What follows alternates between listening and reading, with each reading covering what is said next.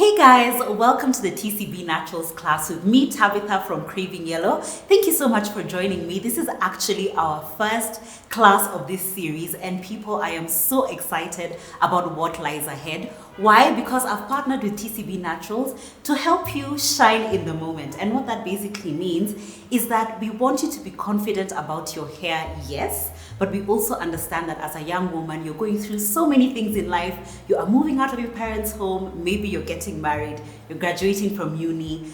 I don't know, there's so many things that we're going through right now as young women. So we want to make sure that you feel empowered in everything that you do and that you're able to shine in the moment. The TCB Naturals class with me, Tabitha, is all about you. So I'm going to be walking you guys through all things hair, and also you're going to need to come along with me because I have some dope people lined up. I'm going to be bringing people onto this show to just talk to you about life and share their life skills with you so that you again can shine in the moment. So let's get straight into today's class.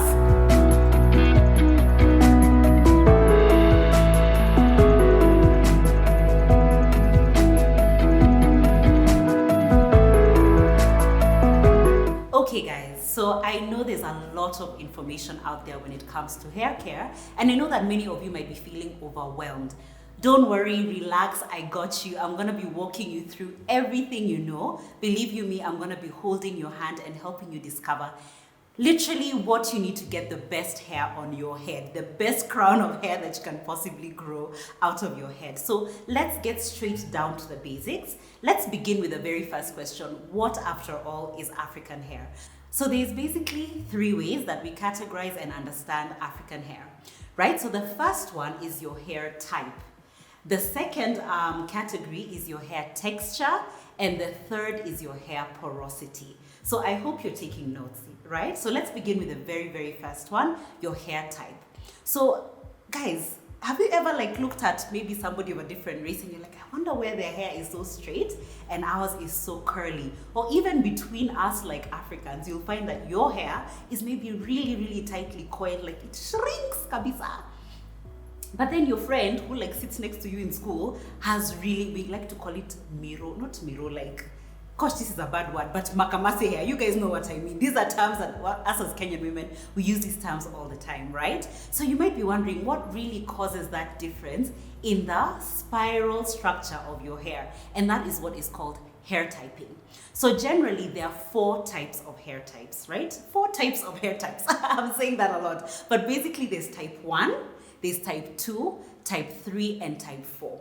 So African hair like mine is considered type 4. As you can see, it's really kinky, really coily. It can shrink within literally 3 inches of my hair. That's type 4 hair. Then if you think about maybe Ethiopian hair, right? I'm just using references that we have here at home. So think of Ethiopian hair, Eritrean hair. It's a bit of a looser coil, but it's still very coily. That would be around type 3 hair. Then think of maybe Indian hair that's a bit wavy. It's not bone straight, but it has a bit of curl pattern to it. That would be type 2 hair. So if you think maybe of Chinese hair, it is very straight, right? It literally just grows out of their scalp like bone straight. That would be type 1 hair. So why is it important to know your hair type? Because when you know your hair type, then you know what products work for you, what styling practices work for you, and generally just how to take care of your hair, right? You can set the right expectations, and then in so doing, grow a healthy mane of hair just the way it was meant to be growing out of your head, right? So the first thing you need to understand about your hair is your hair type. And now you might ask me, well, Tabitha, I've heard about type 4A, 4B, 4C, or 3A, 3B, 3C. Don't worry, that just means within the spectrum of your hair type, there's still levels to the kinkiness, right? So case in point, again, I'm just using very basic terminology. I'm not putting all these different categories of people into one box, but what I'm using is the visual references so that you can understand what I mean by A, B, and C within a hair type, right? Okay, so think about somebody who lives in South Africa. I love my South African family. They have the most beautiful, kinky 4C hair. That coil pattern is very, very tight. Their hair is really it really shrinks onto itself. The curl pattern is it's like a tight spring, right? So when you think about 4C, That's what we mean by 4C hair, that really, really, really tight curl pattern that shrinks on itself. Then if you would imagine, think about even like my hair. It's not as kinky as like a South African, and I'm really generally speaking here, and I'm gonna insert photos so that you see what I mean, because you might be like, Tabitha, there's so many types of South Africans, but I'm just using these cultural references because I know we sort of understand them like this, right? So on to like hair like mine, that's 4B hair or 4A hair. Yes, it's still kinky, yes, it's still coily, but it wouldn't maybe shrink as much as 4C hair. Are you seeing that distinction there? And again, I'm just going to show you guys photos of these hair types so that you can kind of understand what I mean by 4A, 4B, and 4C. So, okay, we've discussed point number 1, your hair type. So I hope you finally can look at yourself in the mirror and figure out what hair type you have. Now remember, your hair is not a homogeneous structure. Just the same way your skin tone, you know, sometimes your hands are brown, your feet are black. Our hair is the same way. You don't have to have the same hair type all across your head. Like you'll find, like for me, I have really dense 4C hair at the back, and then here at the front, I have like 4A hair. So sometimes it can be a mix. Some people even have 4C hair and 3B hair on the same head. So guys, it's not like, it's a mix and match. That's the beauty about hair. It's a mix and match. But generally, when you look at your hair like in totality, you'll be able to see that you fit within a spectrum of either 4A, 4B, or 4B, 4C, or 3A, 3B, 3B, 3C. I hope you're with me, right? Great. So let's move on to the next thing you need to be figuring out about your hair. Now this one is kind of understated. People take it for granted. This is your hair texture, okay? So your hair texture is the circumference. Finally, we're using the mathematics terms that we learned in high school. Is the circumference of your hair strand, right? So what you need to understand is that as your hair is growing out of the root, some of us have really fine hair, some have medium textured hair, and some have coarse hair. So fine hair, as the sound of it, fine hair is hair that has a very small circumference. You might look at somebody who has really long hair, but then when they blow dry it, it like disappears on the head, right? It's not there. And then you can have somebody with the same length of hair and they blow dry it and there's so much of it on the hair. They may have even the same number of hair follicles on the scalp. But for whatever reason, the one with fine hair, the hair falls a lot closer to the face. The one with coarse hair, the hair really like fills out there, you know, it's a full mane. So the difference then becomes the circumference of each strand of hair. So if you're doing that mathematics on your, you know, when you're thinking about your strands, look at them in comparison to your sibling, your cousin, your neighbor. Do you have fine hair, meaning your strands? Yes, you may have strands on your head, but they're so thin that you don't have a full mane of hair. Or you might have a few strands, but they're really thick.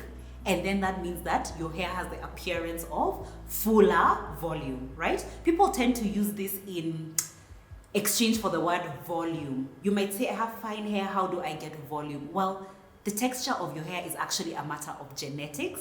There's very few things, if at all, that can coat your hair strand and make it thicker. Some people talk about henna, some people talk about indigo. Don't get too stressed out. I'll walk you guys through all of that stuff later.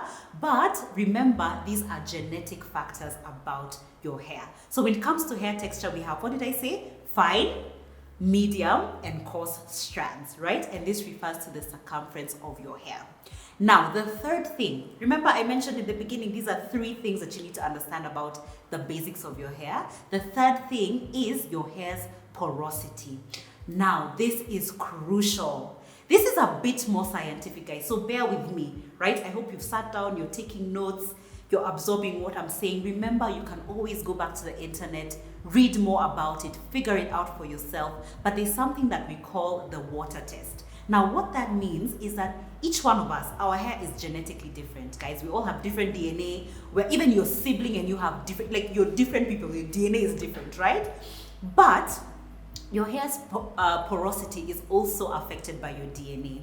And what your hair's porosity refers to is the ability for water to absorb into your hair strand, right? So if you think of like let's say you're washing dishes and you have that sponge that you're using for washing the sufuria or whatever, right? So when it's dry on the rack, it's turgid, it's ngumu, it's hard, right? You dip it in water, it absorbs all the water and you can squeeze it, right? So that's what it's called porosity. So like that sponge for the sufuria, for cleaning the sufuria, is a very porous object. While, for example, a rock, even if you pour water on it, it's not going to absorb the water. Likely than not, it's just going to remain the same rock that it was. So that's what porosity is, right? So us, as humans, we have cuticles on our strand, meaning our strand is not a homogeneous surface. It actually has lifted cuticles. So if you have low porosity hair, you would imagine the cuticles are quite flat, right? And people with low porosity hair tend to have shinier hair. So guys, think about physics, right? Remember, a shiny surface, it reflects the sun's light. Remember how we used to go out in class 4 with a mirror and then you go out like with another substance that is rough, right? The one which the mirror would reflect the light, the rough surface would refract the light. So this is the same thing with porosity. I hope you're following me, guys. The same thing with porosity. So shinier hair tends to be less porous. The cuticles are laying flat. So think about maybe Asian hair, like Chinese hair, it tends to be really shiny, while our hair naturally, even as you can see, is quite dull, right? It has a refractive surface. So that means likely for me, my cuticles are quite raised. Now, porosity, why does it matter? Because if you have products on your hair and either they're not able to absorb into the strand, or maybe they do get into the strand, but your cuticle is so lifted that it evaporates immediately, that can contribute to dry hair. Are you seeing why it's important to know your hair's porosity? Most people have medium porosity, but sometimes hair processes like using heat, using relaxers, using color can break down or affect the way your cuticles lay, and that in turn can affect how products absorb into your hair. You see why this is critical? Because a friend of yours can refer like a deep conditioner to you, and you're like, I tried this product and it did nothing for me. Well, guess what? It might be that your porosity is altered. So then to test your porosity, you can do a simple water test. And what that means is you take a strand of broken hair, like let's say you've been undoing your braids or whatever, you put it in a glass of water, okay? Take this strand, put it in a glass of water. If it floats, your hair is in low porosity. Why? Because the water is not entering the strand and weighing it down. If it maybe just stays around the middle, your hair is medium porosity. If the strand sinks to the bottom, that means it's absorbed the water and therefore is high porosity. And so then you can tell where your hair is in the spectrum of porosity, right? Porosity can be altered. So this is something you need to be testing from time to time. When you change products, maybe use a recommended product, it doesn't work for you. This is a simple, very simple home science test that you can do on your hair. So guys, that is the first lesson of this series. Please do leave me your questions down below. I hope this has made sense for you. I know it can get a bit complicated, but remember you can always come back to this lesson, refer to it, see what other people are commenting. Do your own research, guys. The internet is a beautiful place. You can learn so many things on the internet. Go to the internet, watch other videos, see where you stand, and then figure out your own hair journey. Remember, the TCB Naturals class with me, Tabby, is here to give you the front seat with your own hair care. We want you to feel confident in handling your hair, handling your mane. We want to see you guys, I want to see your hair transform. I want to see before and after pictures when we have this class, after a couple of weeks. I want to see what you're learning, and I want to see that you're able to apply it and feel more confident in who you are. So I look forward to being back here again. Please do leave me any questions that you have. I will be here possibly weekly. I'm really looking forward to that. But between now and then, I'll have other sessions in which I interact with you, and we can still continue chatting, and you can continue asking me questions that you have about your hair growth. So until then, I'm sending you so much love and sunshine. Thank you for joining me. I'll see you here very soon.